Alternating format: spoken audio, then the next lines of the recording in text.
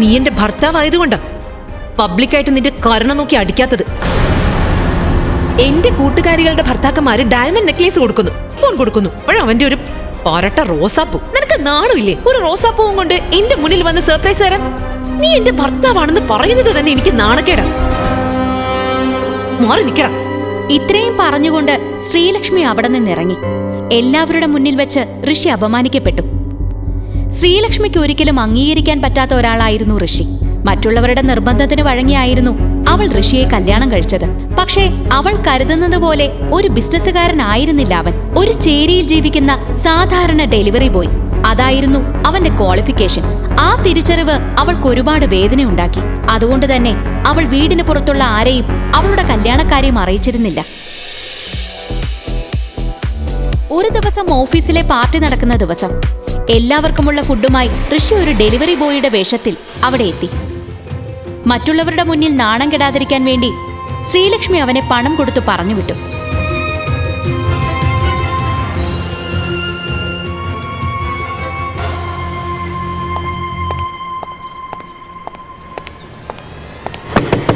ശ്രീലക്ഷ്മിയുടെ uncle ഋഷിയെ ഒരു നായയ്ക്ക് സമമായിരുന്നു കണ്ടിരുന്നത്. നിനക്ക് AC ഇട്ട് കിടന്നുറങ്ങാനാണോടാ ഞാൻ ഈ കാർ വാങ്ങിച്ചു വെച്ചിരിക്കുന്നത്? നിനക്കറിയാലോ എനിക്കിന്ന് ഇമ്പോർട്ടന്റ് മീറ്റിംഗ് ഉണ്ടെന്ന്. നീ ഇവിടെ കിടന്നുറങ്ങിയാ എനിക്ക് മീറ്റിംഗ് മിസ്സാവില്ലേ? നീയൊക്കെ ജന്മം ചെയ്താൽ കാണാൻ സാധ്യതയില്ലാത്ത ആഡംബര ഹോട്ടലിലേക്കാ ഞാൻ പോകുന്നത്. ഡോർ തുറക്കടാ.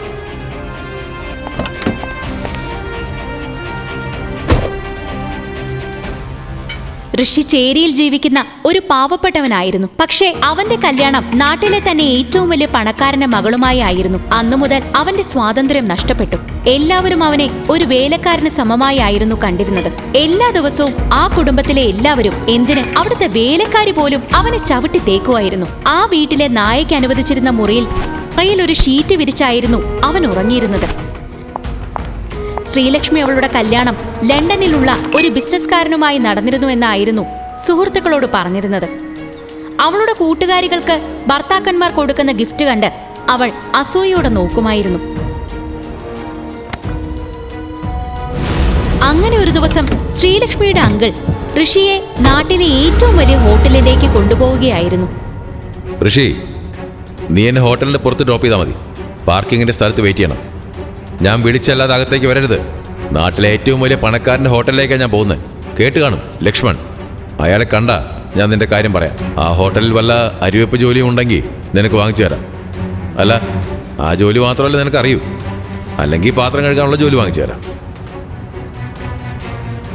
അങ്ങനെ അവർ ഹോട്ടലിന്റെ മുന്നിലെത്തി. കേട്ടല്ലോ, ഞാൻ വിളിച്ചല്ലാതെ നീ അകത്തേക്ക് വരരുത്.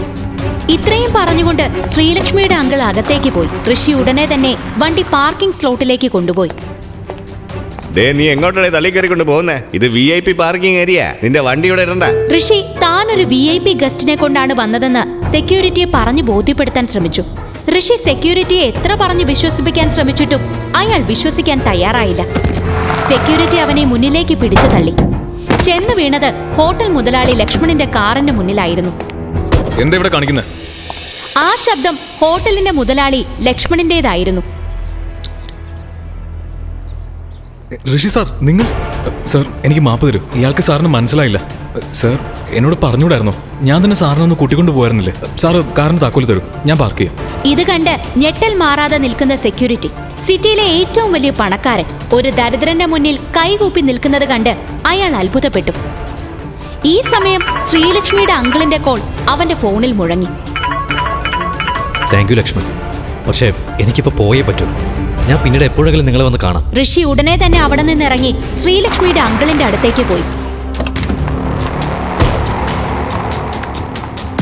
നീ എവിടെ പോയി ചത്തു കിടക്കായിരുന്നു? ഇതുപോലെ ഉത്തരവാദിത്തമില്ലാതെ ഇരുന്നാ അന്ന് തന്നെ നിന്നെ ജോലിയിൽ നിന്ന് ഞാൻ പിരിച്ചുവിടും. നീ കോലത്തെ ലക്ഷ്മൺ സാബ് കണ്ടാവുണ്ടല്ലോ, എന്റെ പണിയും പോവും, നിന്റെ പണിയും പോവും. നീ എന്തുവായി നോക്കിക്ക, പോയി വണ്ടി എടുക്ക. തിരിച്ചെത്തിയപ്പോൾ ഫ്ളാറ്റിന്റെ ലോണിലിരിക്കുകയായിരുന്നു ശ്രീലക്ഷ്മി. തന്റെ ഭർത്താവ് ഇത്രയും വലിയൊരു ദരിദ്രനാണ് എന്നുള്ള പുച്ഛം അവൾക്കുണ്ടായിരുന്നു. അല്പം ദൂരെയായ ഒരു ഡയമണ്ട് മോതിരം കൊടുത്ത ഒരാൾ അവന്റെ കാമുകിയെ പ്രപ്പോസ് ചെയ്യുന്നത് കണ്ടു. ഇത് കണ്ടപ്പോൾ ശ്രീലക്ഷ്മി ആകെ വിഷമിച്ചു. തന്റെ ഭർത്താവ് ഒരു ദരിദ്രനാണെന്നുള്ള വിഷമവും അവൾക്കുണ്ടായിരുന്നു. എന്റെ ഭർത്താവിന്റെ കയ്യിൽ ഇതുപോലൊരു ലക്ഷറി കാറുണ്ട്. അത് അവൻ ഡ്രൈവ് ചെയ്യുന്നു, അതുകൊണ്ട് സിറ്റിയിൽ കറങ്ങുന്നു. പക്ഷേ എന്റെ വിധി മറ്റൊന്നായിരുന്നു. എന്റെ ഭർത്താവ് ആഡംബര കാർ ഓടിക്കുന്ന വെറും ഒരു ഡ്രൈവറായി പോയല്ലോ. എല്ലാരും കൂടെ നിർബന്ധിച്ചു, ഈ ദരിദ്രനെ കൊണ്ട് കെട്ടിച്ചു. പക്ഷേ ഋഷി യഥാർത്ഥത്തിൽ ഇന്ത്യയിലെ തന്നെ ഏറ്റവും വലിയ കമ്പനിയായ ഇന്ദ്രപ്രസ്ഥ ഗ്രൂപ്പ് ഓഫ് കമ്പനിയുടെ ഏക അവകാശിയായിരുന്നു. പക്ഷെ വിധിയുടെ കളിയിൽ അവൻ ഇപ്പോൾ ഒരു ദരിദ്രനായി അഭിനയിക്കേണ്ട സാഹചര്യമുണ്ടായി. സാറ് പറഞ്ഞ ഡിസൈൻ വെച്ച് നമുക്ക് ഇന്റീരിയർ ഉണ്ടാക്കാം. സർ, സാറിന്റെ ലക്ഷ്യങ്ങൾ വിലയുള്ള ഹെൽത്ത് ഡ്രിങ്ക്. അതിങ്ങ് തരൂ ഡാർലിംഗ്. അയാൾ നടന്നു വന്ന് അറിയാതെ ഋഷിയുടെ ദേഹത്ത് തട്ടി. ഇവനെന്താ കണ്ണില്ലേ? മിസ്റ്റർ ഋഷി, ഞങ്ങളുടെയൊക്കെ കണ്ണിപ്പെടാതെ മാറി കിടക്ക്. നിന്നെയൊക്കെ കാണുന്നതിന് ഞങ്ങൾക്ക് അറപ്പാ. മോളെ, എന്റെ താഴെ വീണ ഗ്ലാസ് എടുത്തു തരൂ. ഓ മൈ ഗോഡ്, അതിന്റെ ചില്ല് പൊട്ടിച്ചല്ലേ മഹാഭാബി. അയ്യോ, ഞാൻ എന്തിനങ്ങനെ ടെൻഷൻ അടിക്കുന്നത്? നിങ്ങൾക്കറിയില്ലേ ടെൻഷൻ ആയാലും ഞാൻ എന്ത് കഴിക്കുമെന്ന്? Cream cake. അതറിയാമല്ലോ, പിന്നെ എന്തിനാ വായി നോക്കി നിൽക്കുന്നേ? കാറിൽ പോയി എന്റെ ക്രീം കേക്ക് എടുത്തോണ്ട് വരും. ഉടനെ ഋഷിയുടെ ഓർമ്മകൾ പിന്നിലേക്ക് പോയി.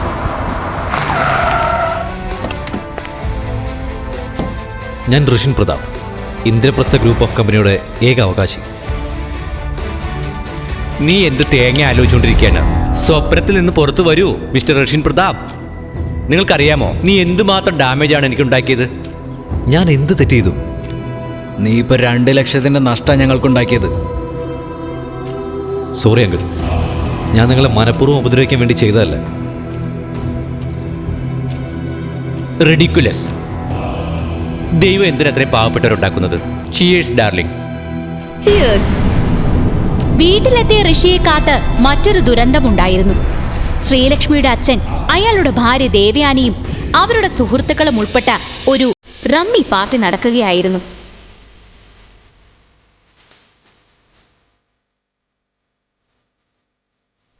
യുനു ദേവയാനി, ഞാനെന്താ ലേറ്റ് ആയെന്ന് അറിയാവോ? ഞാൻ വരുന്ന വഴിയിലൊരു ചെറിയ പ്രശ്നം. എൻ്റെ കണ്ണടി പൊട്ടി. ഇതിനിത്ര ടെൻഷൻ അടിക്കേണ്ട കാര്യമില്ല. നിങ്ങൾ പാർട്ടി എൻജോയ് ചെയ്യേ. കണ്ണാടി ഞാൻ ഏതെങ്കിലും സെവനിന്റെ കയ്യിൽ കൊടുത്ത് ശരിയാക്കാം. അതൊന്നും വേണ്ട, അതൊരു ലിമിറ്റഡ് എഡിഷൻ കണ്ണാടിയാ. കണ്ണിൽ കണ്ട് വേലക്കാരൊന്നും തൊട്ടത് അശുദ്ധിയാക്കണ്ട. വേലക്കാരന്മാർ പിന്നെയും ചീത്തയാക്കില്ല, ആരും സമാധാനം പറയും? ഋഷിയുടെ അമ്മായിമ്മ ഒന്ന് കണ്ണോടിച്ചു നോക്കിയപ്പോൾ മുന്നിൽ നിൽക്കുന്ന ഋഷിയെ കണ്ടു. ഒരു മിനിറ്റ് ഋഷി, ഇങ്ങോട്ട് വന്ന്. ദേവയാനിയുടെ ശബ്ദം കേട്ടപ്പോൾ തന്നെ ഋഷിയുടെ ഉള്ള സമാധാനം പോയി. എന്തോ പ്രശ്നത്തിനുള്ള പുറപ്പാടാണെന്ന് അവന് മനസ്സിലായി. വേലക്കാരനല്ല, വേലക്കാരനേക്കാൾ 2 സ്റ്റെപ്പ് മുകളിൽ. ഋഷി, നീ പോയി ഇദ്ദേഹത്തിന്റെ കണ്ണാടി ശരിയാക്കി കൊണ്ടുപോവാ. പെട്ടെന്ന് വരണം. എൻ്റെ പൊന്നു ദേവയാനി, അതൊന്നും I കോണ്ട് trust servant on my expensive specs, please. നിങ്ങൾ ടെൻഷൻ അടിക്കണ്ട. ജോലി ചെയ്യാൻ വേണ്ടി മുട്ടി നിൽക്കുന്നവനാ ഋഷി. ഇൻഫാക്ട് നിങ്ങളുടെ കയ്യിൽ മറ്റു ജോലികളുണ്ടെങ്കിൽ പറ, അതും ഇവനെ കൊണ്ട് ചെയ്യിപ്പിക്കാം. ഇതിലേതെങ്കിലും ഒരു ജോലി നീ സമയത്ത് ചെയ്ത് തീർത്തില്ലെങ്കിൽ പിന്നെ നിന്റെ ഗതി അതോ ഗതി. കല്യാണം കഴിച്ചു വന്ന നാൾ മുതൽ ഋഷി അവന്റെ അമ്മായിയമ്മ ദേവയാനി ദ്രോഹിക്കുമായിരുന്നു. എനിക്ക് വേറൊരു ജോലിയുണ്ട്. നിർത്തടാ. നീ ആദ്യം പറയുന്നത് ചെയ്യും. എത്രയും പെട്ടെന്ന് ഈ ജോലി തീർത്തിട്ട് വാ.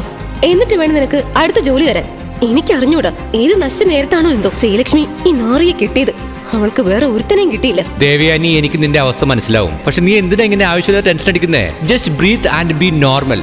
Take positive vibes. Breathe in, you will be fine. ഇവനെ പറഞ്ഞുവിട്. അപ്പോൾ തന്നെ അവളുടെ പകുതി ടെൻഷൻ മാറും. കണ്ണാടി അവൻ്റെ കൊടുക്ക്. എനിക്ക് അവനെ തൊടാൻ പോലും അറപ്പാണ്. എടാ, പിന്നെ ഗ്രാൻഡ് മാളില് പ്രൈം ഒപ്റ്റീഷ്യൻസിന്റെ അടുത്ത് തന്നെ പോകണം. No where else. വേറെ ഏതെങ്കിലും ഒരുത്തൻ നന്നാക്കുന്നു എന്നതിന്റെ പേരിൽ കണ്ണാടി ചീത്തയാക്കിയ നീ എന്റെ കയ്യിൽ നിന്ന് വാങ്ങും. എല്ലാവരുടെയും മുന്നിൽ അപമാനിക്കപ്പെട്ട വിഷമവുമായി ഋഷി അവിടെ നിന്നും പോകാൻ ഒരുങ്ങി. അമ്മായിയച്ഛൻ കണ്ണാടിയിൽ തൊടുന്നത് നാണക്കേടാണെന്ന് പറഞ്ഞതുകൊണ്ട് വളരെ വിഷമത്തോടെയാണ് അവൻ കണ്ണാടി പോക്കറ്റിൽ വെച്ചത്. പെട്ടെന്ന് അമ്മായിയമ്മ ദേവയാനിയുടെ സുഹൃത്തുക്കൾ ഋഷിയോട് മറ്റു പല ജോലികളും ചെയ്യാൻ ആവശ്യപ്പെട്ടു. അപമാനത്തോടെ നിന്ന് അവൻ ചുമരിൽ വെച്ചിരിക്കുന്ന ശ്രീലക്ഷ്മിയുടെ ഫോട്ടോ നോക്കി ഇങ്ങനെ പറഞ്ഞു: ഇത്രയും പേരെ എന്നെ അപമാനിച്ചിട്ടും ഞാൻ ഇവിടെ നിന്ന് പോവാത്തതിന് കാരണം നിന്നോടുള്ള സ്നേഹമാണ്.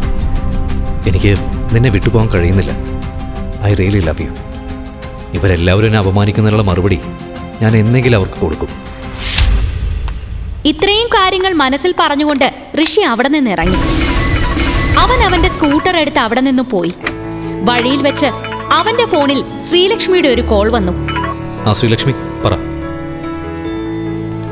അതിനെന്താ, എപ്പോൾ വന്നു എന്ന് ചോദിച്ചാൽ മതി, ഉടനെ വരാം. ശ്രീലക്ഷ്മി അവനെ ഫോണിൽ വിളിച്ചപ്പോൾ ഇത്രയും നേരം ഉണ്ടായിരുന്ന എല്ലാ ദുഃഖവും അവന്റെ ഉള്ളിൽ നിന്ന് പോയി. അവന്റെ മുഖത്ത് ഒരു പുഞ്ചിരി വിടർന്നു. അന്നത്തെ ദിവസം ഉണ്ടായിരുന്ന സകല വിഷമവും മാറി. റോഡിന്റെ നടുക്ക് നിന്ന് അവൻ ഡാൻസ് കളിച്ചു. ആദ്യമായിട്ടാണ് ശ്രീലക്ഷ്മി അവനെ ഓഫീസിലേക്ക് വിളിച്ചത്. കുറെ നാൾക്ക് ശേഷം ഇന്നാണ് അവൻ സന്തോഷം എന്താണെന്ന് അറിഞ്ഞത്. ഇന്നത്തെ ദിവസം അവൻ ഒരിക്കലും മറക്കില്ല. അകന്നിരുന്ന ഭാര്യയുമായി എല്ലാ പ്രശ്നങ്ങളും പരിഹരിച്ച് ഒന്നിക്കാൻ പോകുന്നുവെന്ന് അവൻ കരുതി. ആദ്യമായിട്ടാണ് ശ്രീലക്ഷ്മിനെ ഓഫീസിലേക്ക് വിളിക്കുന്നത്. എനിക്കറിയാം, ഇന്നല്ലെങ്കിൽ നാളെ എന്റെ സ്നേഹം നീ തിരിച്ചറിയുകയും നീ എന്നെ സ്നേഹിച്ച് തുടങ്ങുകയും ചെയ്യും. വഴിയിൽ വെച്ച് അവനൊരു സ്വീറ്റ്സ് കട കണ്ടു. ശ്രീലക്ഷ്മിക്ക് കുട്ടിക്കാലം മുതലേ സ്വീറ്റ്സ് വളരെ ഇഷ്ടമായിരുന്നു. അവൻ സ്കൂട്ടർ ഒരു സ്ഥലത്ത് വെച്ചു. അവൻ സ്വന്തം പേഴ്സ് എടുത്ത് തുറന്നു നോക്കിയപ്പോൾ വെറും 200 രൂപ മാത്രമേ ഉണ്ടായിരുന്നുള്ളൂ. ദൈവമേ, 200 രൂപ മാത്രമേ എൻ്റെ കയ്യിലുള്ളൂ. ടീഷർട്ട് വാങ്ങാൻ വെച്ചിരുന്ന പൈസ, ആകെപ്പാടെ 2 ജോഡി ഡ്രസ്സുണ്ട്. എന്നും ഒരേ ഡ്രസ്സ് ഇടുന്നത് ഒഴിവാക്കാൻ വേണ്ടി മാറ്റി വെച്ചിരുന്ന പൈസ. സാരമില്ല, ശ്രീലക്ഷ്മിക്ക് സ്വീറ്റ്സ് വാങ്ങാനല്ലേ. അവളുടെ സന്തോഷത്തിന്റെ മുന്നിൽ ഞാൻ വാങ്ങാൻ വെച്ചിരുന്ന ടീഷർട്ടിന് എന്താ വില? വാലന്റൈൻസ് ഡേ വരാനിരിക്കുകയായിരുന്നു. അവൻ അവളുടെ പുറകെ നടന്ന് ആ റെഡ് റോസ് കൊടുത്തു. പിന്നെ നീയോ? നിനക്ക് നാണമില്ല ഇങ്ങനെ ഉളുപ്പില്ലാതെ പുറകെ നടക്കാൻ? 1 മാസത്തെ സമയമുണ്ട്. വാലന്റൈൻസ് ഡേക്ക് നീ എനിക്ക് ഡയമണ്ട് നെക്ലേസ് വാങ്ങിത്തരണം. അതിനൊരു 3 ലക്ഷം. അല്ലെങ്കിൽ വേണ്ട, 1 ലക്ഷത്തിന്റെ വിലയുള്ള ഒരു ഡയമണ്ട് നെക്ലേസ് വാങ്ങി തന്നാ മതി. അത് നിന്നെ കൊണ്ട് ചെയ്യാൻ പറ്റിയില്ലെങ്കിലേ ഏതെങ്കിലും ട്രെയിനിന്റെ മുന്നിൽ ചാടി ചാവടാ. അതോടെ നിന്റെ ശല്യം തീരുമല്ലോ. ശ്രീലക്ഷ്മി, നീ പറയുന്ന ഇത്രയും പൈസ ഞാൻ ഒരുമിച്ച് കണ്ടിട്ട് പോലുമില്ല. പിന്നെ എനിക്ക് എങ്ങനെ ഇത്രയും വലിയൊരു തുക തരാൻ പറ്റും? സ്വന്തം ഭാര്യയ്ക്ക് അവൾ ആഗ്രഹിക്കുന്ന ഒരു ഗിഫ്റ്റ് പോലും വാങ്ങിക്കൊടുക്കാൻ പറ്റാത്ത നീ ട്രെയിനിന്റെ മുന്നിൽ പോയിട്ട് ചാടി ചാവുന്നതാ നല്ലത്. നിന്നെയൊക്കെ ഉണ്ടല്ലോ.